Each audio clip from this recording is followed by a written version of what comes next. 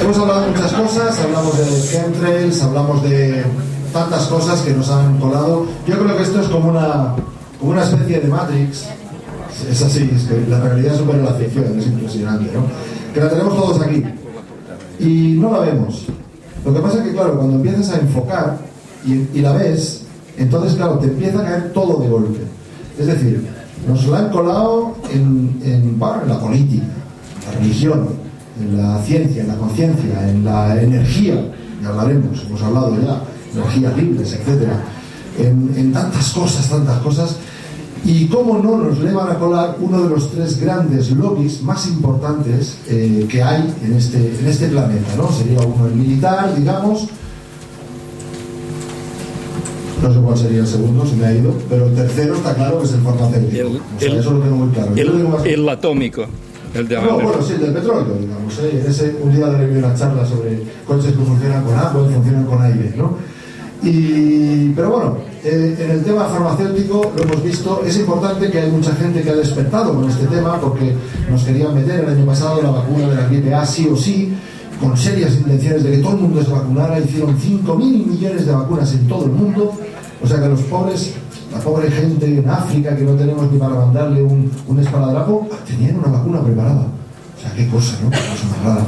Y bueno, pues creo que esa batallita, entre comillas, ya la ganamos en otros congresos y con más gente que estuvimos trabajando, pues porque en España pues el 90% de la gente no se vacunó. Claro, este año nos han dicho, no quieres té, 2 tazas, este año te vas a vacunar de la gripe normal y te plantan la de la gripe. Pero bueno, en fin, eso es cuestión de información.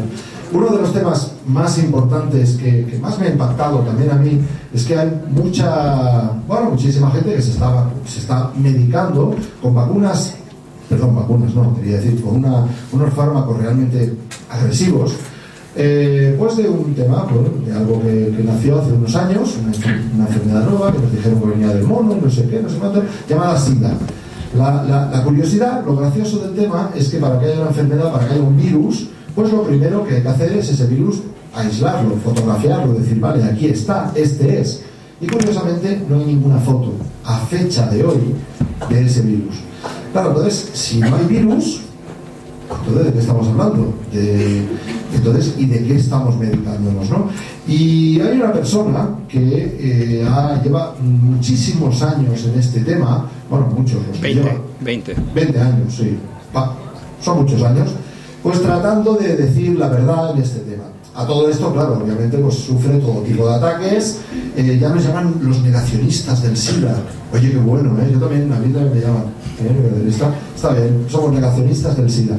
Y entonces, pues bueno, él va a exponer, él es licenciado en Economía, doctorado en Sociología y bueno, pues impulsor y el presidente desde el 2005 de Plural 21, una asociación que hay en Barcelona para el cuidado de la vida en un planeta vivo y vías de recuperación de la armonía. Plural-21.org. Autor de 60 artículos políticos sociales y unos 40 sobre salud y enfermedad, especialmente sobre el montaje del SIDA. Y bueno, así se llama la conferencia, Desmontar el SIDA, ese tinglado Made in USA, y les dejo con Luis Bodinas.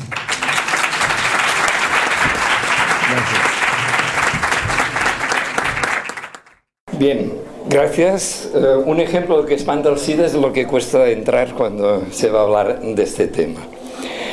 Y quiero dedicar esta conferencia al doctor Ángel Gracia, que os hablará esta noche sobre el tema del agua de mar, a ver si así me reconcilio con él, y que además de haber sido unos primeros científicos que cuestionaron la versión oficial del SIDA, es el único que yo sepa en el mundo que durante varios meses estuvo llevando un considerable grupo de personas etiquetadas como seropositivas o como caso de SIDA. Insisto que estos son etiquetas. Los estuvo llevando con agua de mar y los resultados fueron buenos mientras el grupo se mantuvo más o menos cohesionado. Cuando cada uno se rompió, pues perdieron la disciplina y me parece que no sé qué, algunos por lo menos perdieron. Pero es una experiencia única, no sé si esta tarde te da tiempo de mencionarla, pero quiero homenajearlo dedicándole esta ponencia.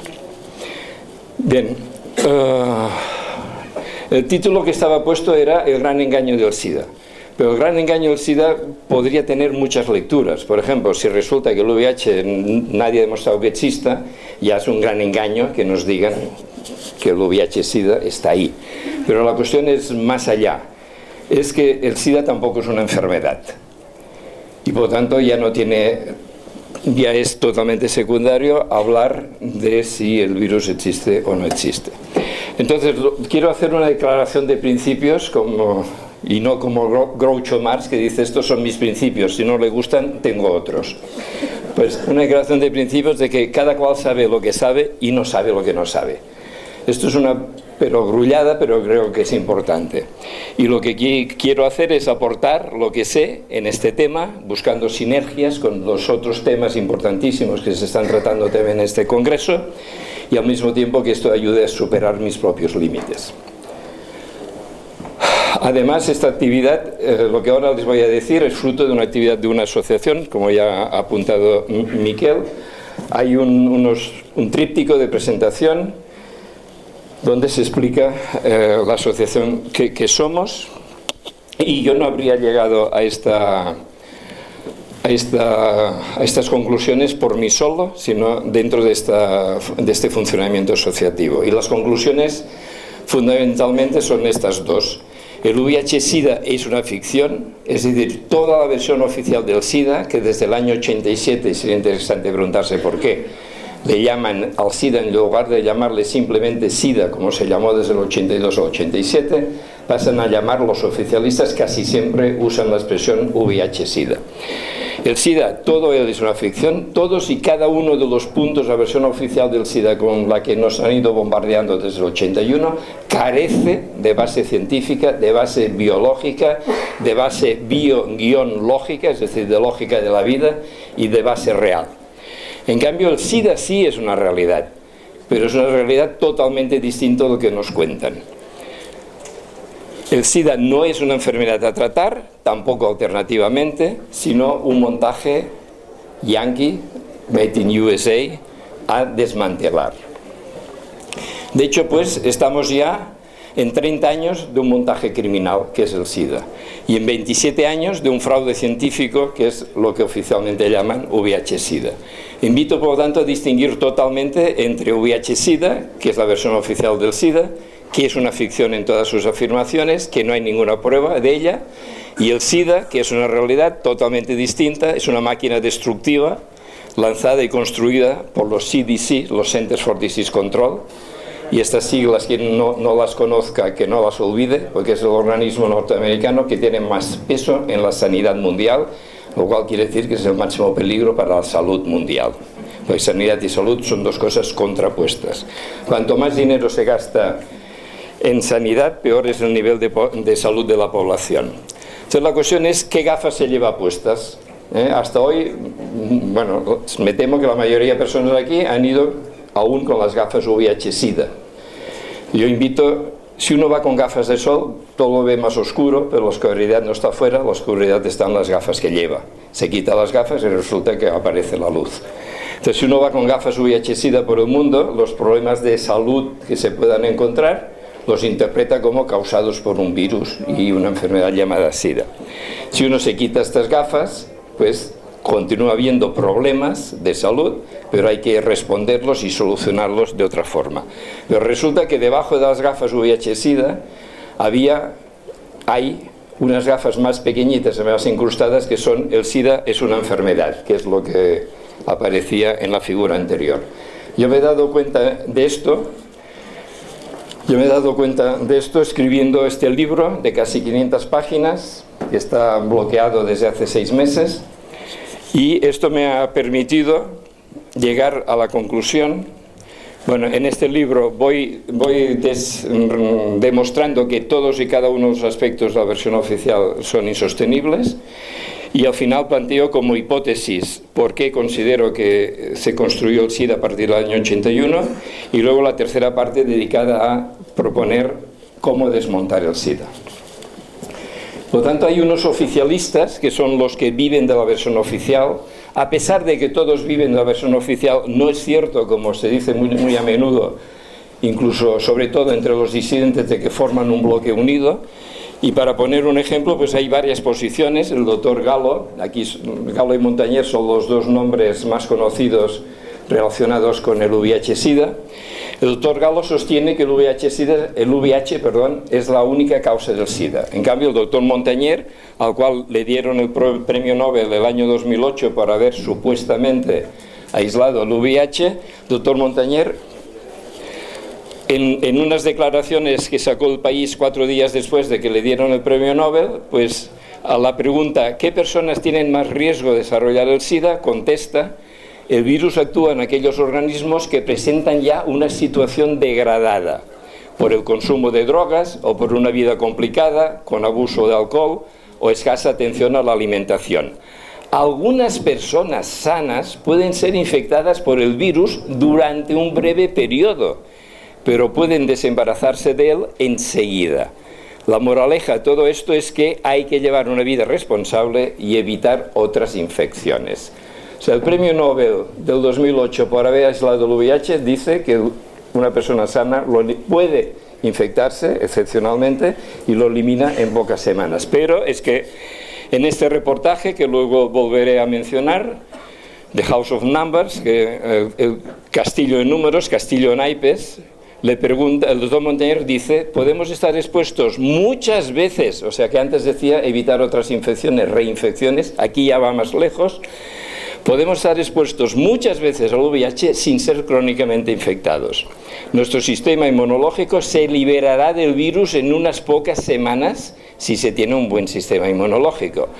Y el joven periodista le pregunta: si se tiene un buen sistema inmunológico, entonces ¿puede el cuerpo liberarse naturalmente del VIH?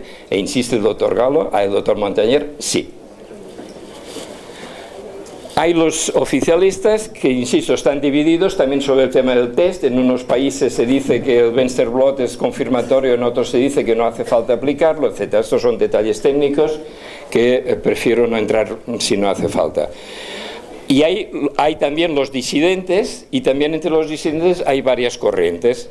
Las dos más conocidas son Rethinking AIDS, repensando el SIDA, en torno al doctor Duisberg, miembro de la Academia Americana de Ciencias, que había sido propuesto como candidato a premio Nobel y que cuando hizo pública su disidencia dejaron de proponerle como candidato a premio Nobel, le recortaron presupuestos, lo marginaron en la universidad, etcétera, etcétera. Y el grupo de Perth, que está constituido en torno a la biofísica Eleni Papadopoulos, el nombre lo toma de la ciudad australiana de Perth, y para mí es el grupo científicamente más correcto y lo más avanzado que han llegado a plantear es que el VIH no ha sido aislado. Pero lo que yo quiero subrayar es que si hubo que inventar el VIH y si para ello se hicieron todas las trampas necesarias, es porque previamente se había inventado el SIDA. Esta es una cuestión que los disidentes se les ha escapado o han aceptado demasiado tranquilamente, que el año 81 había aparecido lo que nos dijeron, una supuesta enfermedad que inicialmente le llamaron inmunodeficiencia relacionada con gays, que se dijo desde el primer momento que era contagiosa, de transmisión entre homosexuales e inevitablemente mortal. Y esto se dijo desde el principio. Y esto nos tendría que hacer sospechar que algo había ahí que no estaba claro. Porque si realmente aparece una nueva enfermedad espontáneamente, habría que hacer un seguimiento de todos los que lleguen al hospital durante 6, 12, 18, 24 meses, y si al final todos mueren, se llega a la conclusión, pero no se parte desde el inicio, de decir que esto es inevitablemente mortal. Pero además, incluso si todos los que muriesen, todos los que llegasen al hospital muriesen, esto no permitiría hacer lo que hicieron los criminales oficialistas del SIDA, que es extender la sentencia de muerte a cualquier persona que daba positivo a los test, incluso si estaba absolutamente asintomática. Y le daban meses, 1 año, 2 años, 3 años, en la medida que no se morían iban alargando lo que daban de margen de vida, Y a pesar de eso, afortunadamente, muchísimas personas no obedecieron la sentencia de muerte y llevan 15, 20, 25 años condenados a muerte hace 23, 22, 21 años. Entonces, insisto, fue el haber inventado, el haber mentido que había aparecido una nueva enfermedad lo que exigió todos los engaños posteriores para tapar el primer engaño, para justificar el primer engaño y para ir dándole una apariencia científica y tecnológica que facilitase ser aceptado por la comunidad científica, por la comunidad médica, por las universidades, por los hospitales, por los gobiernos, por la población en general, etc. El SIDA arranca exactamente el 5 de junio de 1981 en un artículo de una página y una sexta parte aparecido en una revista que se llama Morbidity Mortality Weekly Record, y que es justamente el boletín de los CDC, de los Centers for Disease Control. Y esta fue la primera mentira. En el 82 ya dicen, no es una enfermedad, es una epidemia. Ya lanzan que es una epidemia. Yo ahora me he olvidado hoy, pero cuando doy un curso en una conferencia suelo empezar diciendo, planteo una pregunta que retomaremos al final. Si en el año 81 hubiese existido Internet, ¿os estaría ahora invitando a desmontar el SIDA? Si nos acordamos, la retomamos al final. Además dicen, no es gérmica, es vírica concretamente, porque gérmica podría ser bacterias, hongos, no, es vírica. Y además, y sin ninguna base científica, esta afirmación sin ninguna base científica. Y además cambian, y ahí hay un truco, un engaño muy importante, el primer nombre que habían puesto, GRID, a ya AIDS, SIDA, por el cual se le conoce. Y aquí hay un engaño. Es la primera vez en la historia de la medicina. El SIDA es tantas primeras veces en la historia de la medicina y de la ciencia que solo esto ya está indicando que no puede ser casualidad. No puede ser una suma de errores. Tiene que haber habido una institución, que son los CDC desde mi punto de vista, que han ido dirigiendo todo el proceso. SIDA, síndrome. Por primera vez en la historia de la medicina, síndrome deja de significar conjunto de signos o de síntomas para pasar a significar conjunto de enfermedades. Todas ellas existentes previamente al año 81 en que se empieza a construir el SIDA, cada una con su etiología, cada uno con su tratamiento, cada una con sus víctimas. Una persona que muera víctima de alguna de estas enfermedades, que encima fueron aumentando el número de 2 a 10, de 2 a 12, a 18, a 26, a 29, y digo 29 por usar un número, porque en unos países es 26, en otros es 31. Claro que 5 enfermedades están o no metidas en el saco del SIDA, quiere decir que por definición cientos de miles o millones de personas son consideradas o no casos de SIDA. Es un ejemplo de la manipulación que está detrás de toda construcción del SIDA. Claro, si han dicho que es vírica, pues empezará toda la carrera, todas las maniobras, todas las trampas, todo lo que haga falta, hasta poder decir, hemos encontrado el virus causante del SIDA. Y el primer paso importante fue que el año 83 se dice que el doctor Luc Montagnier, en un artículo publicado en la revista Science el 20 de mayo, demostró haber aislado un virus en un paciente de SIDA. Pero él, hay que mencionar, él acaba el artículo diciendo falta ver cuál es el papel de este virus en la etiología del SIDA. Él nunca dijo he encontrado el virus causante del SIDA. Es más, en este artículo, en esta revista Continuum del año 95, creo que es, Montagnier repite, no purificamos. O sea, por 2 veces a las preguntas de este periodista, Jamel Tahi, responde, no purificamos las muestras con que estábamos trabajando. Entonces, si no purificaron, no pudieron aislar. O sea, que el doctor Montagnier, además de que ahora está ya diciendo que cualquier persona se libra del VIH y que pocas sanas son infectadas por el VIH, pero es que desde hace años ya reconoció que no habían purificado, por lo tanto no había aislado. Es el doctor Gallo que en el año 84, casi un año después, en la misma revista Science, publica un artículo. O sea, por lo tanto, desde el 84 hasta hoy se están cumpliendo, que es cuando se pone en pie el VIH-Sida, es decir, el SIDA explicado por supuesto VIH, pues 27 años de fraude científico. Que el VIH carece de base científica, llega a cualquier persona, invito a hacerlo, que con rigor empiece a estudiar el material que encuentra en Internet. Poner, por favor, SIDA y combinar con verdad, mentira, estafa, timo, engaño, fraude, disidentes. Os saldrán decenas de miles de páginas web, y si lo ponéis en inglés os saldrán millones de páginas web con una información que, si las vais elaborando, os irán haciendo poner interrogantes cada vez mayores a la versión oficial. Y esto me recuerda que si yo me atrevo ahora a hablar como hablo y escribir como escribo, es porque cuando empecé hace 20 años yo me creía toda versión oficial desde la A hasta la Z. Y paso a paso,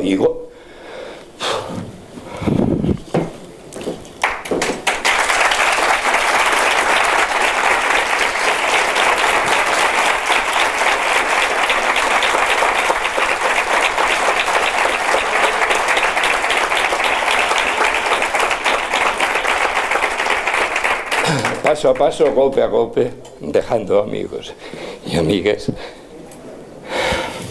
Interrogante, interrogante, interrogante.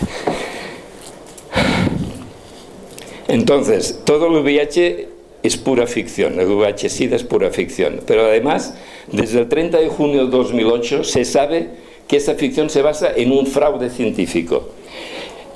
Salió en junio del 2008 este libro, Miedo a lo invisible, de esta periodista veterana inglesa. Se había jugado la vida denunciando el tráfico de piedras preciosas en Sudáfrica, etcétera, etcétera, donde por primera vez se hacen públicos tres documentos que demuestran, que son estos tres de aquí, que demuestran que el doctor Galo hizo fraude científico. Yo creo que lo demuestran de forma irrefutable, pero me encantaría que el doctor Galo y sus seguidores quisieran refutarlo. Los artículos publicados en Science el 4 de mayo fueron enviados 35 días antes. Salieron del despacho del doctor Galo 35 años. Cualquier persona que está habituada a ediciones en revistas científicas sabe que lo general es que desde que se envía un artículo hasta que sale publicado pasan meses y meses, incluso años de tiempo antes de publicar. Aquí en 35 días es publicado. Estos tres documentos sale, insisto, el 30 de mayo, unos del 22 aproximadamente, el otro del 26, ahí está la fecha, y el otro del 29, del día anterior justamente. El primer documento lleva el nombre del doctor Popovich, que era el responsable de los experimentos en los laboratorios del doctor Galo. Él hizo el borrador, el draft del artículo central que había que enviar a Science. El doctor Galo llega de un viaje triunfal por Europa anunciando incluso el Instituto Pasteur que está a punto de encontrar el virus causante del SIDA, y lo que se encuentra, el borrador del doctor Popovich, que conociendo al doctor Galo se ha ido a esquiar, lo que se encuentra es este borrador escrito a máquina que el doctor Galo empieza a corregir, veis, abundantemente. Incluso añade 5 páginas enteras a mano. Aquí es la traducción al castellano y adaptando. Un amigo pasó muchas horas haciendo la traducción y luego simulando lo escrito a mano. Y lo fundamental está en esta página 4, este es el cambio decisivo, porque ahí lo que había escrito el doctor Popovich es que, a pesar del intenso esfuerzo en investigación realizado, aún no se ha identificado el agente causal del SIDA.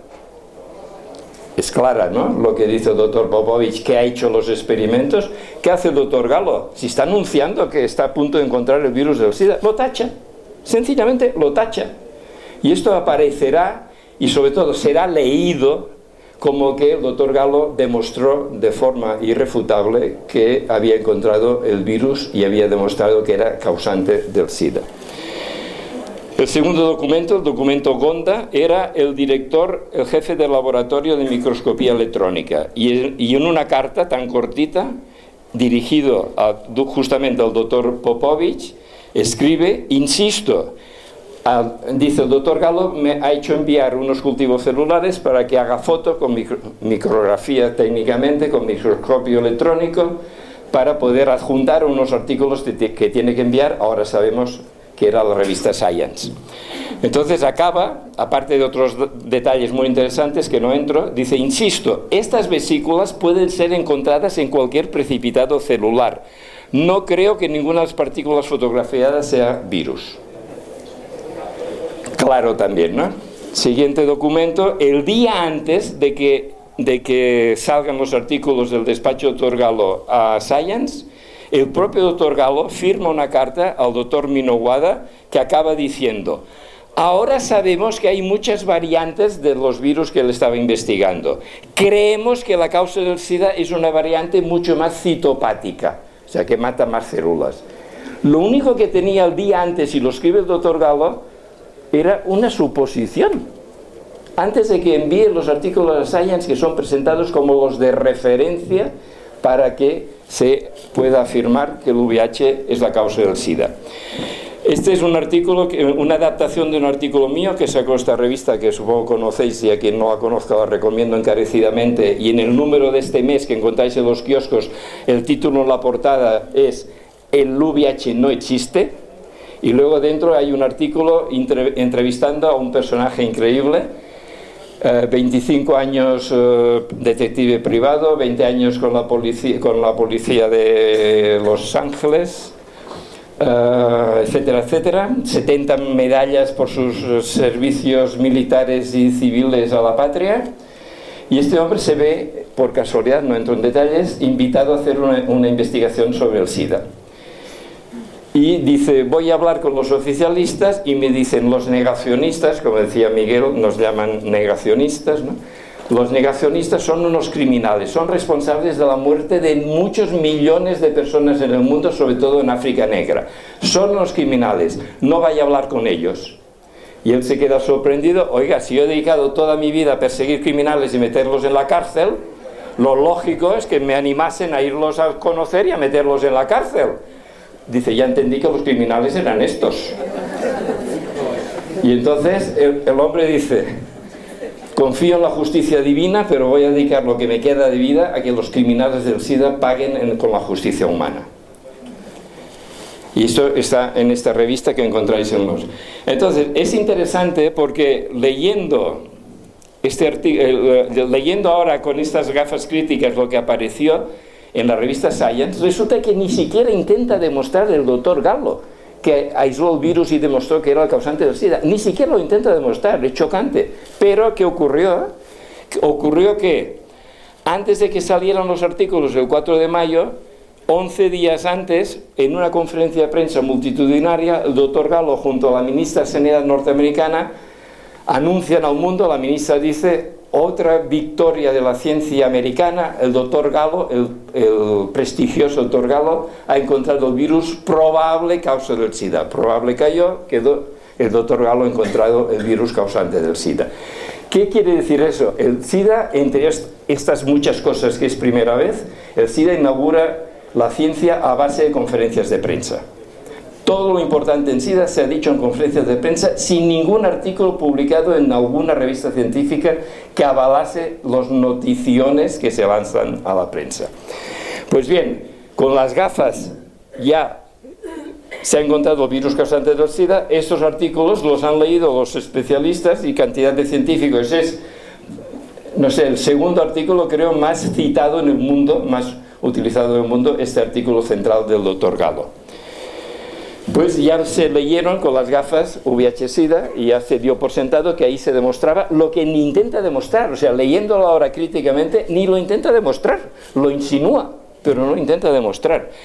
Entonces está habiendo un movimiento, y animo a potenciarlo, de escribir a la revista Science exigiendo o solicitando, para ser más educados y formales, solicitando que ahora que se sabe que esos artículos son fraudulentos, los retire. Esta es la primera carta que enviaron el 1 de diciembre del 2008. Enviaron 37 científicos seniors, es decir, veteranos de 14 países. La revista Science no ha contestado. Habría que presionar, por eso digo, invito, no hay por qué ser doctor para escribir a Science, cualquier persona puede escribir, os invito a hacerlo. solicitando, presionándoles para que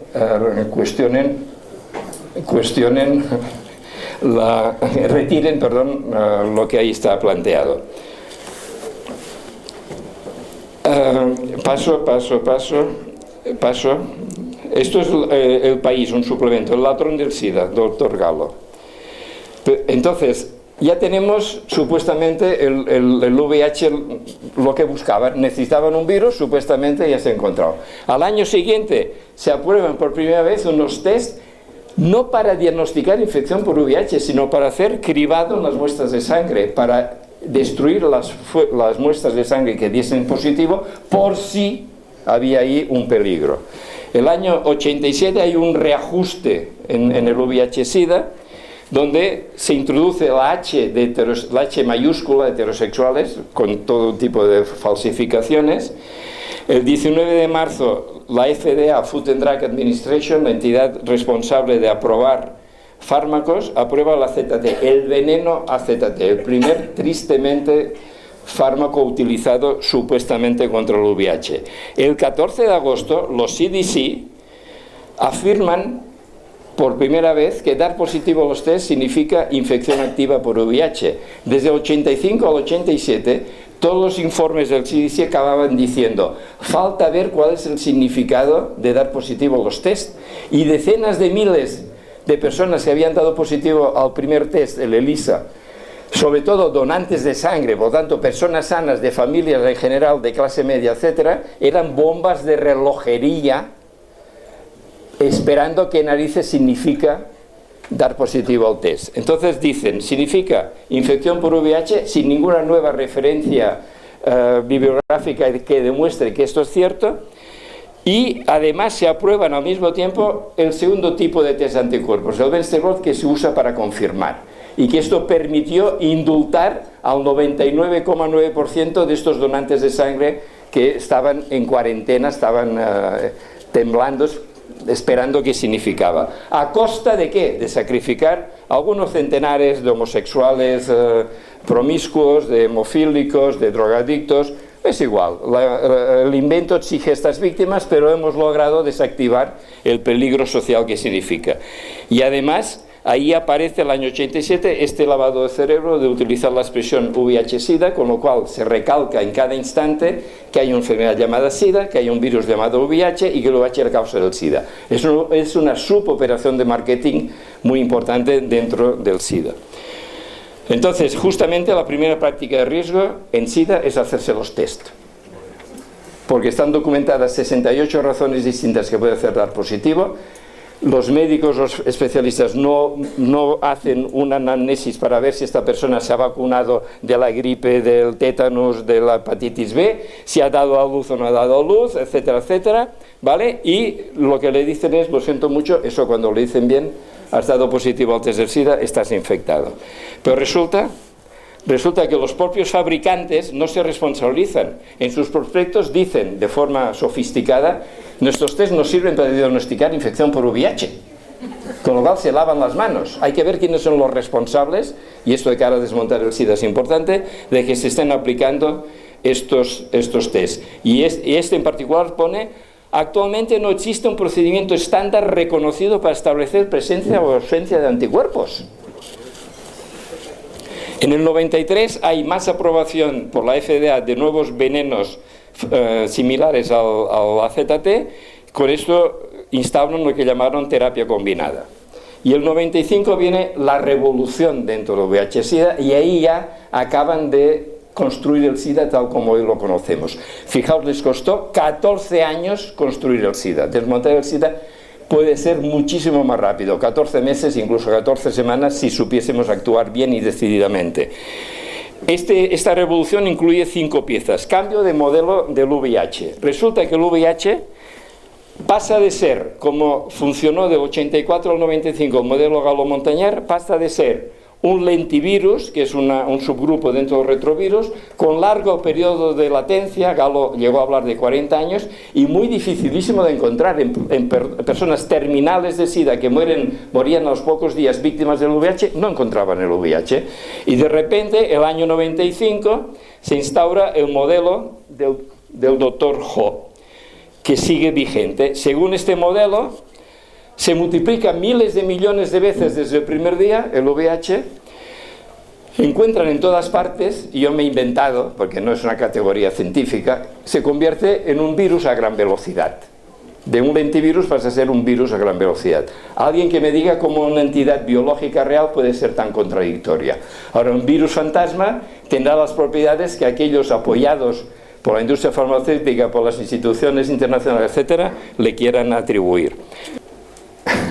La siguiente pieza de la revolución es que se aprueba una segunda familia, que son los inhibidores de proteasa, y con esto se instauran los famosos cócteles, ¿vale?, que siguen presentando como una maravilla, y se aprueban bajo la consigna golpear rápido, golpear fuerte. Desde el momento que usted teme haberse infectado, grandes dosis, rápido y fuerte, grandes dosis de supuestos anti-VIH. Además, se inventan un marcador indirecto al que llaman carga viral, que es un artefacto tecnológico sofisticado que sirve para presentar como beneficiosos, porque disminuye la carga viral, unos fármacos que están matando, están envenenando a las personas.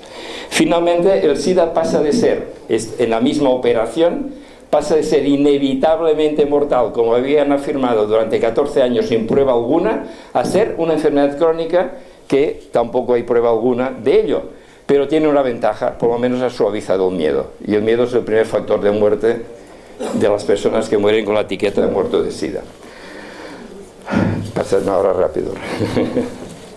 Entonces el AZT, calavera y tibias cruzadas, fue el fármaco de referencia. Eso quiere decir que se contrastaban con él los demás fármacos que querían probar. Con eso yo pensaba que era el más tóxico, pero hace un año retiraron la estabudina porque aún era más tóxica que la AZT, o sea, recomendaban la AZT como sustituto.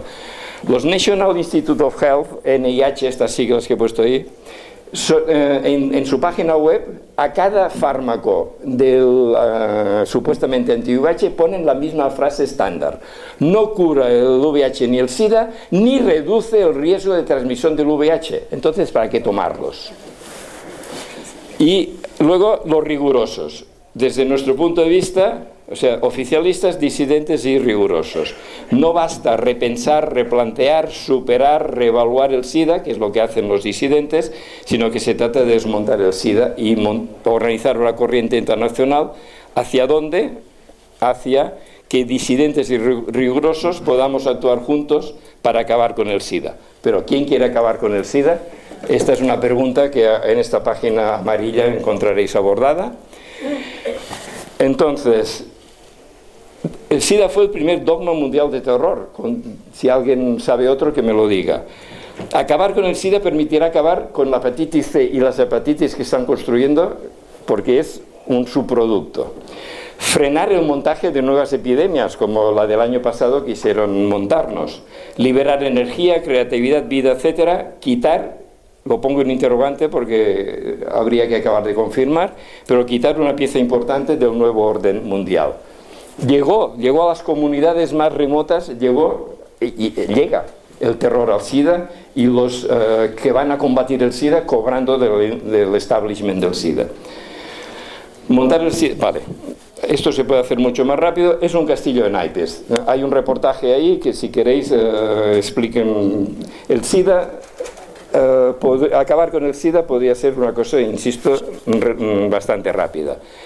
Entonces, formas de empezar a actuar: declararse territorio libre de SIDA. Una vez entendido que es el engranaje, si yo no me dejo atrapar por el engranaje, estoy libre del SIDA, me declaro territorio libre de SIDA. Exigir una moratoria en la aplicación de estos test chapuza y de estos venenos supuestamente antivirales. Pedir indemnizaciones. Exigir que Sayan retire los artículos, llevar a juicio al doctor Galo por perjurio, retirar el premio Nobel al doctor Montañer, sobreseír las personas que están acusadas de haber infectado el VIH, pedir responsabilidades políticas, empresariales, académicas a los medios de comunicación, etcétera, etcétera. Colaboración entre críticos, y esto es fundamental para poder acabar con el SIDA, por encima de los desacuerdos, precisándolos lo mejor posible y acordando cómo clarificarlos. Y ello a partir de dos premisas de esta colaboración: respeto mutuo y defensa conjunta ante los ataques del establishment del SIDA, de los medios de comunicación importantes, etc. Y entonces acordar campañas conjuntas para acabar con el SIDA, y para ello hacer cursos. Yo estoy ya dando cursos de formación de desmontadores del SIDA. O sea, personas que ya han entendido que el SIDA es un montaje y quieren dedicar, porque ven que esto sería dedicar energía y creatividad. Bueno, tenemos libros ahí, vale. ¿Quién o quiénes? Ya lo he apuntado, los CDC. Los CDC son quienes los han montado. ¿Por qué? Esto es lo único que en mi libro está en forma de hipótesis, y os avanzo. Desde mi punto de vista, y si aparece otra explicación mejor, yo puedo cambiar, porque yo no vivo de eso, al revés. Los que viven de eso son ellos, ¿vale? Los CDC decidieron hacer un experimento con homosexuales, y cuando detectaron en este artículo del 5 de junio de 81, se detectan las dos primeras víctimas del experimento, se enciende la luz roja. Ahora sabemos que van a morir miles de homosexuales en las metrópolis occidentales, víctimas del experimento que pusieron en marcha 6, 7, 8 años antes, y para tapar estas muertes se sacan de la manga una enfermedad inevitablemente mortal, porque tienen que tapar las muertes que saben que ocurrirán víctimas, y a partir de ahí van construyendo la asociación. Y finalmente ya, el primer territorio libre de SIDA en el mundo,